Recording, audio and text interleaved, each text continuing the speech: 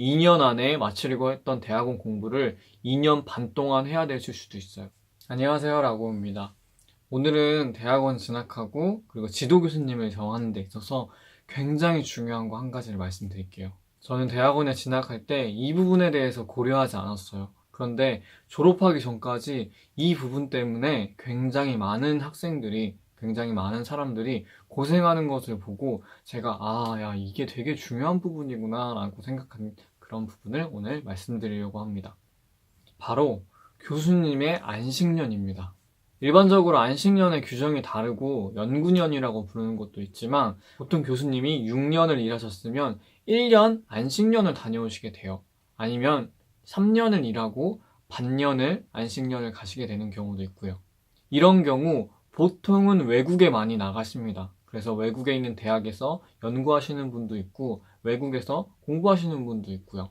자, 그러면은 이런 교수님의 안식년이 여러분 대학원 생활하는 데 있어서 얼마나 중요한지, 그리고 왜 중요한지를 지금 말씀드릴게요. 제가 다른 영상에서도 말씀드렸지만 일단 먼저 논문 주제를 정하는 데 있어서 여러분이 단순히 그냥 하고 싶은 논문을 맘대로 쓸 수 있는 게 아니에요. 교수님과 충분히 이야기하고 논문을 정하고 연구에 들어가게 됩니다. 그리고 석사를 2년 기간으로 봤을 때 이런 논문에 대한 이야기는 1년 이후부터 조금 많이 나오기 시작해요. 그런데 여러분이 1년을 다니고 2년, 즉 3학기째 교수님이 1년 안식년을 가게 됐습니다. 물론 메일이나 어떤 전화로 소통을 많이 하실 수도 있지만 교수님이 학교에 계셔서 굉장히 많이 그리고 밀접하게 소통하는 것과는 굉장한 거리감이 있습니다. 특히 외국에 나가셨을 때는 그런 시간적인 차이도 있고 그리고 인터넷의 상황도 좋지 않아서 굉장히 서로 간에 소통이 잘 안 될 때가 많아요. 근데 이럴 때 누가 조급하냐? 바로 대학원생인 우리들이 굉장히 조급하게 됩니다. 빨리 논문 주제를 정하고 연구를 해야지만 내가 졸업하는데 차질이 없을 것 같은데 단순히 지금 논문 주제도 지금 못 정하고 있는 상황이 굉장히 오래 가게 되면은 굉장히 초조하게 돼요. 자, 그리고 더 중요한 게 있습니다. 논문 주제는 교수님이랑 메일로 막 이렇게 오고 가면서 정했어요. 그래서 내가 이런 주제로 내가 연구를 하겠다 되면 되는데 6개월, 많게는 1년 전에 여러분이 어떤 연구를 할 것인지 교수님 앞에서 프로포즈를 해야 돼요. 이때는 지도 교수님한테만 하는 것이 아니라 다른 교수님한테도 해야 되거든요. 그럼 다른 교수님 앞에서 발표를 하고 저는 이런 연구를 할 것입니다. 단순히 말만 하는 것이 아니라 어느 정도 논문도 써가야 합니다.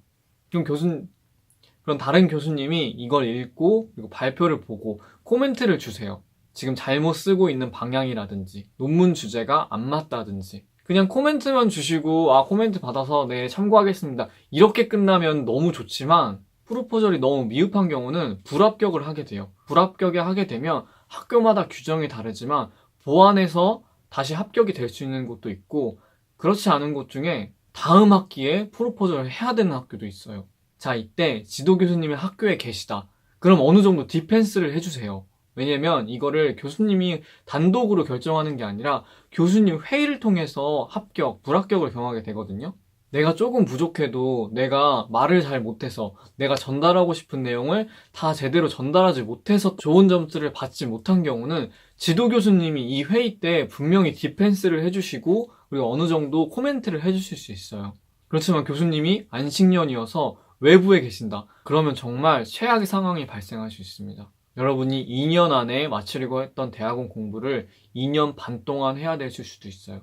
자, 제가 지금 말씀드린 프로포절은 갓 논문의 연구가 앞에 시작할 때 그때 하는 프로포절인데 훨씬 더 치명적인 것은 2차, 3차 정말 마지막 프로포절 때 나의 연구를 거의 이제 논문을 완성해 가서 교수님 앞에서 한 번 더 프로포절 하는 게 경우가 있거든요. 교수님 앞에서 마지막으로 프로포절 하는 때가 분명히 있어요. 이때는 정말 날 새가면서 준비해서 이 프로포절을 무조건 통과해야 돼요.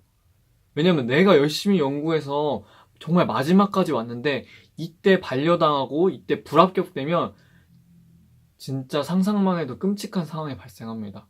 연구를 정말 다시 해야 되는 상황이 발생할 수도 있고요. 정말 연구를 완전 뒤집어 엎어야 되는 경우도 발생해요. 자, 이때 당연히 여러분도 생각이 드시겠지만 지도 교수님이 계시면 어느 정도 분명히 커버가 돼요.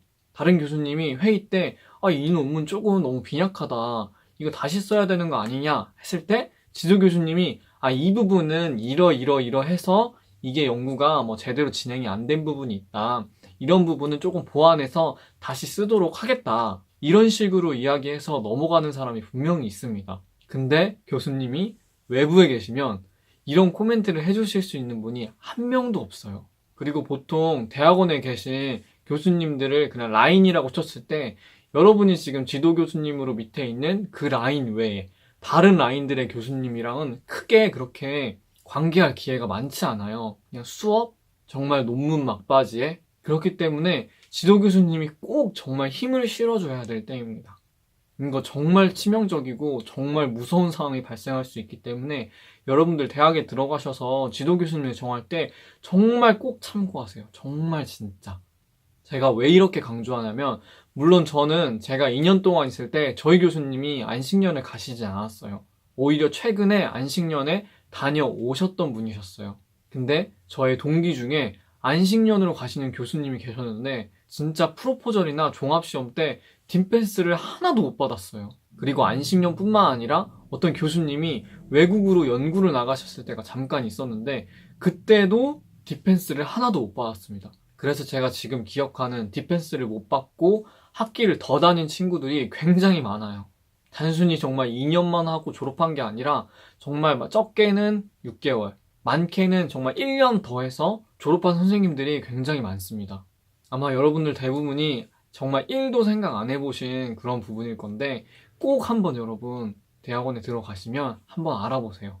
정말 너무너무 중요하기 때문에 여러분들한테 꼭 정말 강조드립니다.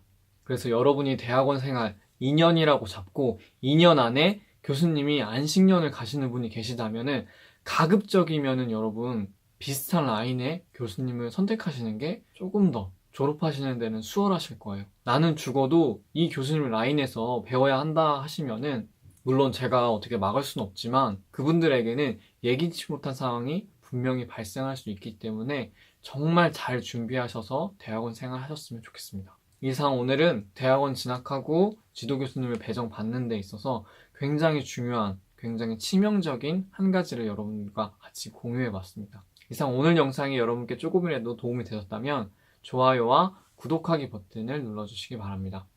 감사합니다.